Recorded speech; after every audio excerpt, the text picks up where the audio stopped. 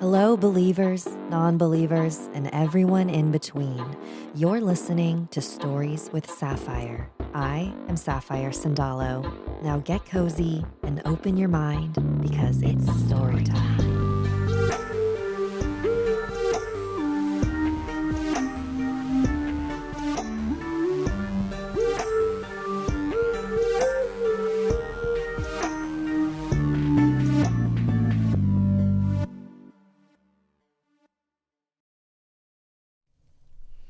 Hello, everyone. Welcome to Stories of Sapphire Live. I'm Sapphire Sandalo, and this is the live stream I do every Wednesday at 5:30 Pacific Standard.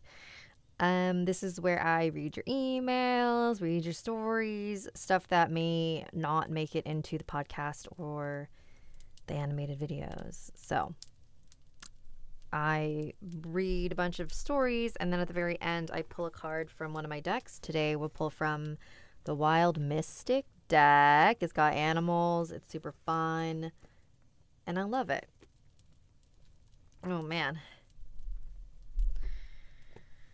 Okay. While we wait for people to trickle in, does anyone, I know that this is like a thing, but like I have a tendency to wake up at I go to bed early, like 11. I wake up at like 7 o'clock and I don't need to like be up until later. So I go back to bed and I wake up like pretty refreshed. I go back to bed and the second time I wake up, I feel a million times worse. So like, should I just get up when I get up? I probably should, right? Yeah. All right. Hello, Alex Tinsley, Lydia Alderman, Haziel Cruz, Engu Wengu, Cigarettes at the Window, Bomblets, Tay20, Micah Ella Zaragoza, Your Fav Gnosis, Mikey C, Stephanie, Rainier Rainy Days, Maddie the Musical, SX1 Nia Jamming, Tatiana L, welcome. Lydia, yes, you should. It's because of REM cycle. Why do I do that? It's bad. Yeah, it's just like I feel so good when I wake up at 7. And then I go back to bed like an idiot. And then I feel like garbage. All right, let's get into it. This first story is from Sophie in the Philippines.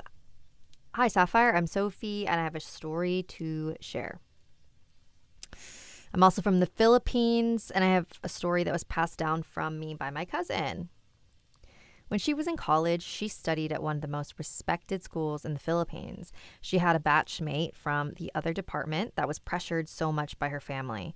She had a dorm room in the school and shared it with her roommate. And she dedicated herself to studies, and she got burned out quick.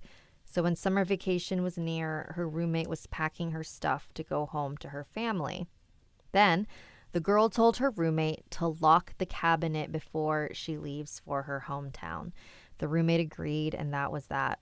When the last day of school came, the roommate locked the cabinet just as the girl requested and left, not knowing the girl was inside the cabinet. Usually, school vacation lasts for 2 months, and then when the roommate came back, she realized the girl was inside, dead.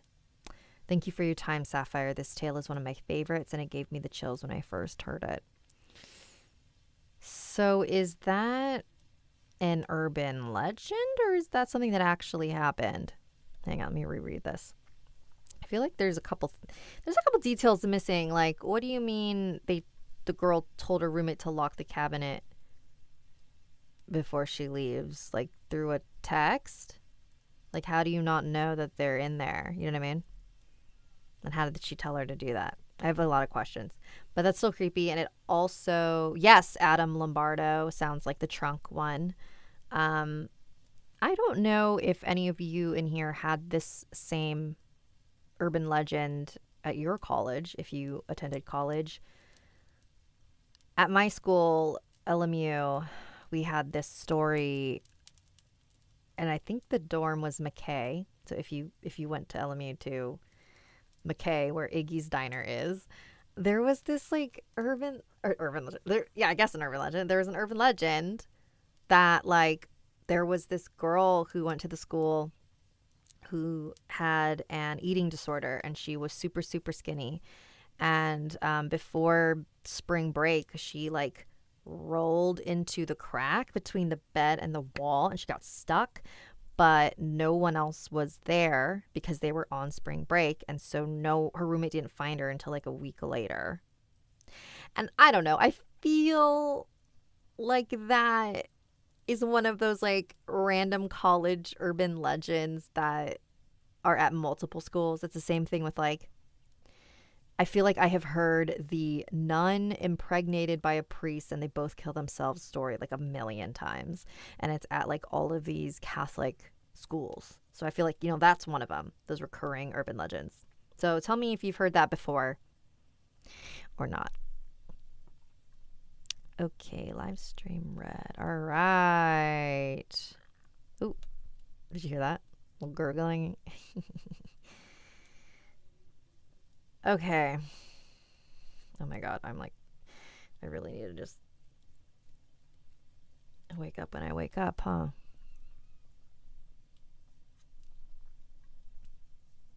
I don't like that one.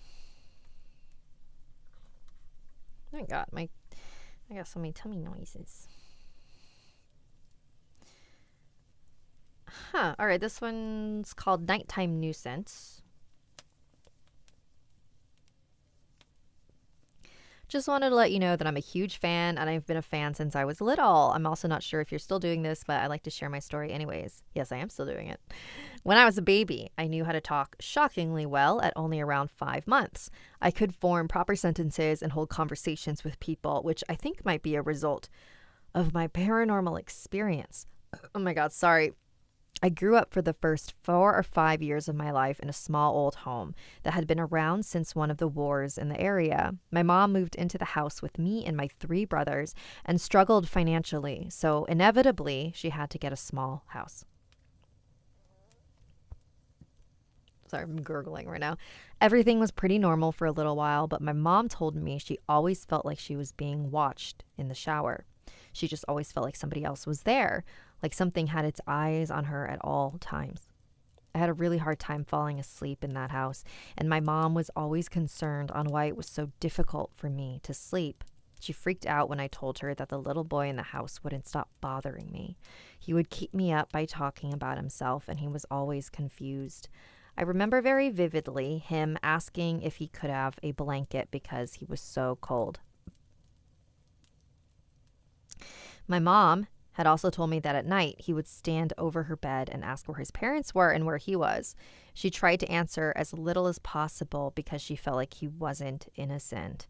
We stayed in the house for a little longer until we would wake up to him screaming and scratching at doors, begging for help, while also finding some bullet holes under the wallpaper.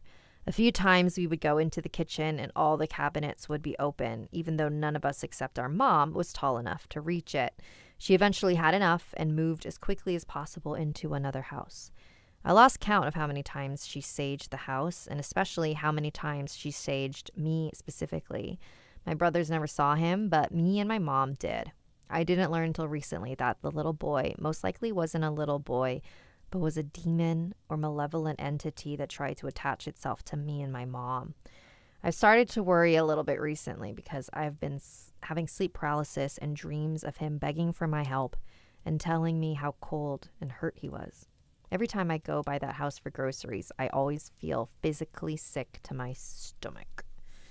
Oh no, little boy. Ugh. Yeah, that's the thing. That's the thing about little boys. Sorry, I was reading the chat. Little kids in general, you don't know if they are something pretending to be a little kid. And it's not that child ghosts can't exist. It's just that usually if something is earthbound, it's because they're tied by earthly emotions, earthly feelings. And usually children are very, very innocent where they, they just like let things go. But sometimes, something might hold them back. But it is a little rare. Who knows? Who knows? All right, let's see. Let's pick another one. Oopsies. What happened? Did I already mark it? Yes, I did. Okay. This one's called Story About a Voice. Submitted by Hannah. Hello, Sapphire. My name is Hannah. I love your channel and heard that you like supernatural stories. I'm not trying to get my story made into a video. Too late because it's short, but I wanted to share what happened to me when I was a teenager. To start off, my parents are divorced and had shared custody of me. Until I was 18, I would switch living with my parents. Mom most days and dad some days. The times I would stay with my dad was usually on weekends. He usually wakes me up early in the morning so that I can help him with some chores after eating a quick breakfast. It was his way of bonding, but I didn't like doing chores so early. My preferred mornings would consist of me watching TV while eating cereal, undisturbed. I was around 16 when this happened. It was really early in the morning, around 5. I was in my room, laying in my bed and watching TV. It wasn't long after I turned on the television when I started hearing heavy footsteps. I thought it was my dad getting ready to wake me up so I can run errands with him. I really wasn't in the mood. So I turned off the TV, turned my body away from the door and against the wall and pretended I was sleeping. I could hear my bedroom door open. My eyes were closed, but I can still tell it was incredibly bright when the door opened. I thought it was weird because the sun didn't usually come up around that time. I could hear someone coming closer to my bed, rested their hand on my shoulder and say, "It's time to go." The voice was deep and sounded lower from my dad's. I didn't look up without risking the chance of my cover being blown. I wasn't expecting the voice to continue to attempt to wake me, but I could hear the person turn, walk out of my room, and close the door.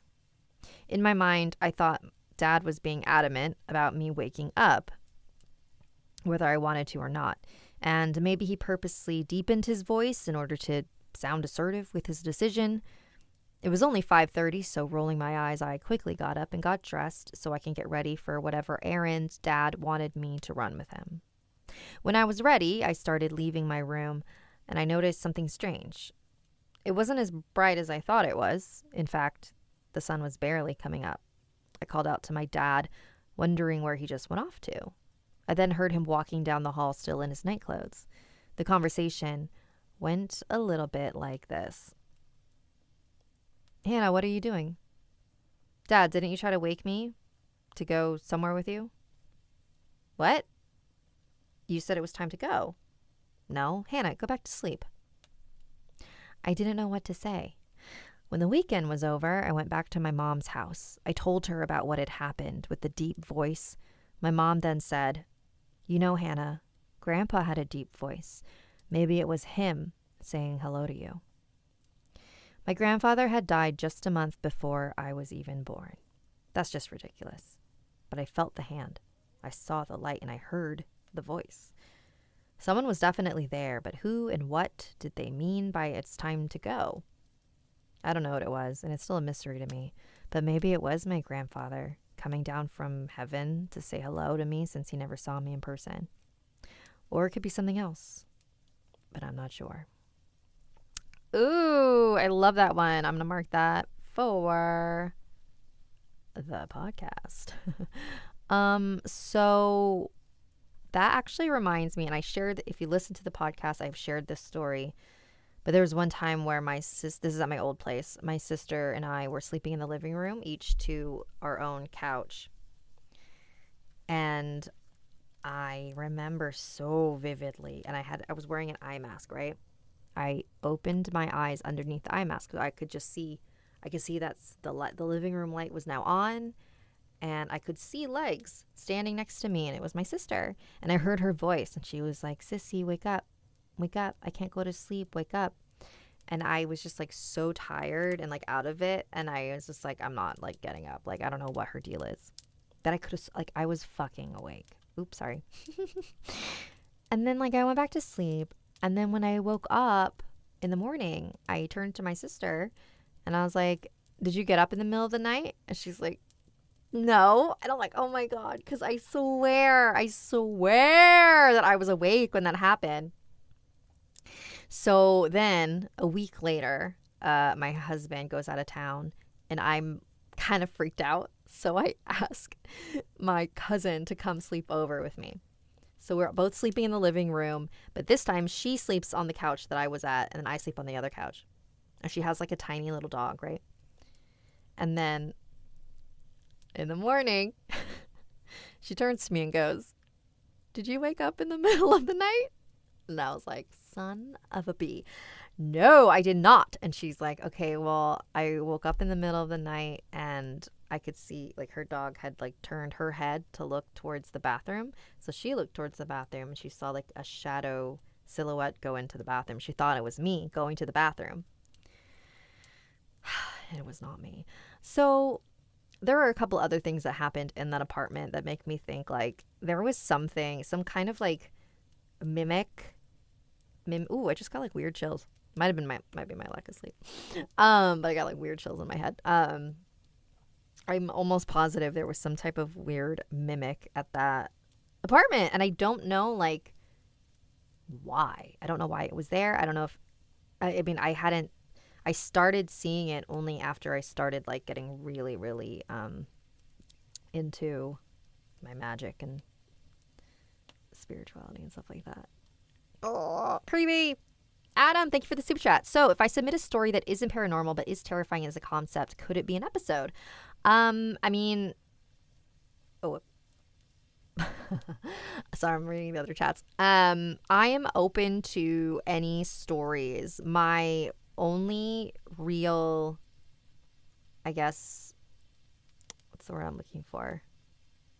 My only real like requirement, or my criteria when I'm looking through stories to put in an episode is like, well, there's a couple things. So like if it's something, well, wow, my brain is like blah, blah. Because it doesn't necessarily need to be creepy, even though I love the creepy, scary ones.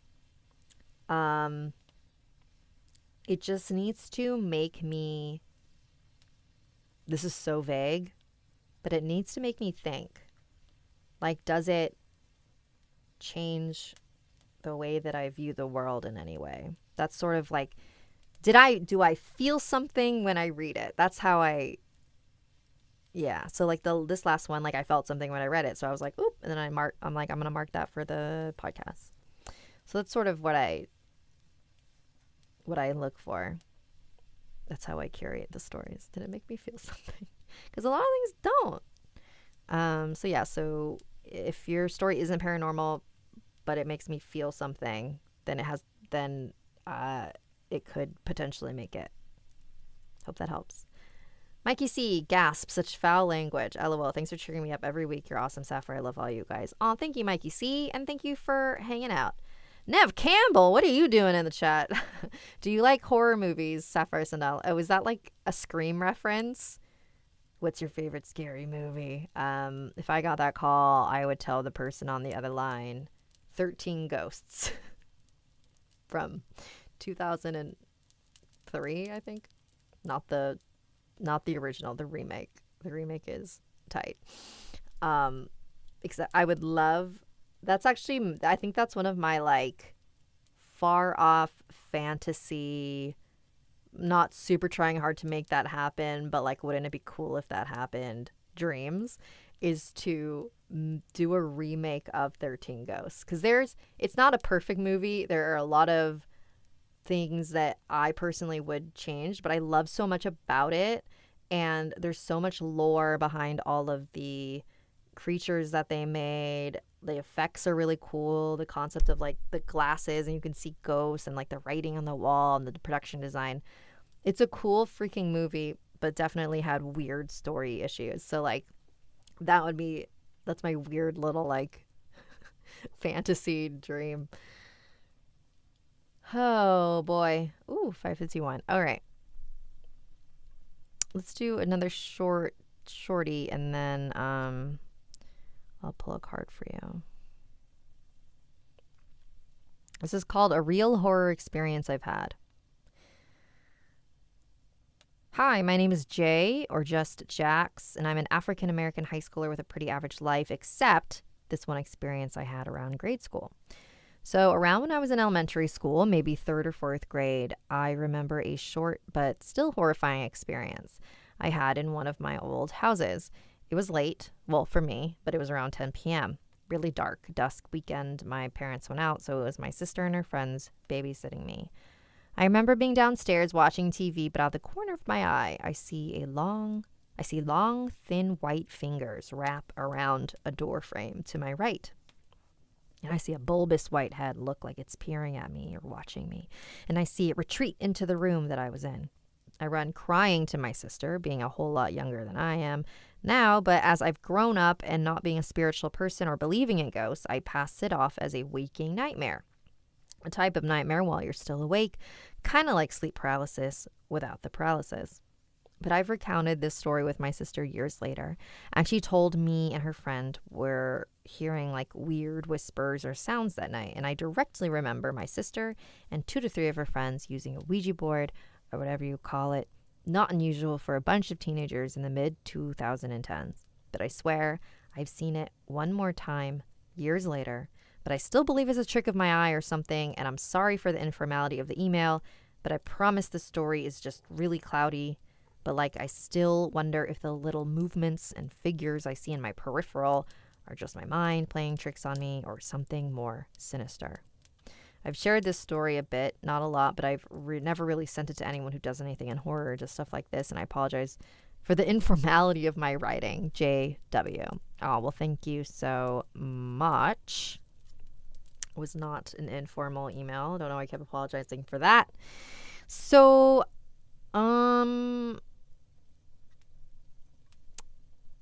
here's the thing. I feel like that's not something to completely write off. A lot of the times it will be just like, because that happens to me a lot. But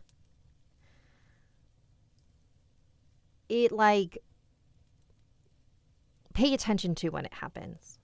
Because like, just because sometimes it is just like weird little things that's totally normal to see random stuff in the corners of your eye. Sometimes it may not be. So always just look, always check, because you never know. But don't let it like consume you. You know what I mean? Anyways, I don't know if that helped. All right, here we go. Let's get into our cards.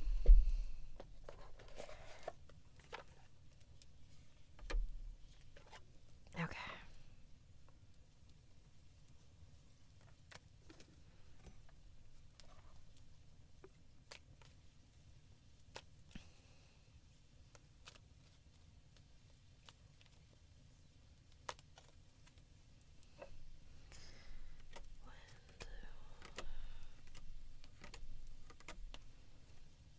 Oh, wow. Okay. That's actually very appropriate. I got the death card. So this will be your message for the rest of this week, everyone. So the death card is not about like physical death, even though sometimes it can be. But it just, death is a transition. So the word death may at first cause you discomfort, but in the natural world, death is an essential part of rebirth, new growth, and sustaining life. While you may choose to view this card as a representation of physical death, understand that it also signifies symbolic death. This card may mean the end of a journey, the end of a relationship, or the end of an attachment. It may also represent the end of one path and movement on to the next. While the moth is known as a creature of shadow and night, we must remember that it is always seeking out the light. Leaves may fall and rot into the earth, but their decay feeds new growth. This card may symbolize hope and happiness in the face of life-changing events or endings, or a new beginning after a life-changing event. The Moth card may be urging you to let go of old thoughts, traumas, and anxieties that stagnate your mind. Sorry, I just heard my dog barking. Or to cut bad habits from your life that may be holding you back from real change. Yay! Death. All right, everyone. King Crown. I'm not sure why, but I remember you with blue hair, but I can't find a video with it. Oh, you know what? I think I know what you're thinking of. Back when I did stuff for Frederator, raise your hand if you are familiar with Frederator and remember seeing me on it. That was when I had like a blue streak in my hair. That was a very interesting time. I actually have no idea if Channel Frederator is still a thing, but those are good times. Oh man, I can't believe those videos are still on the internet. Oh, and there's a question about why I quit Snarled. There's a video. I have like multiple videos about that, so just go through my channel and find it.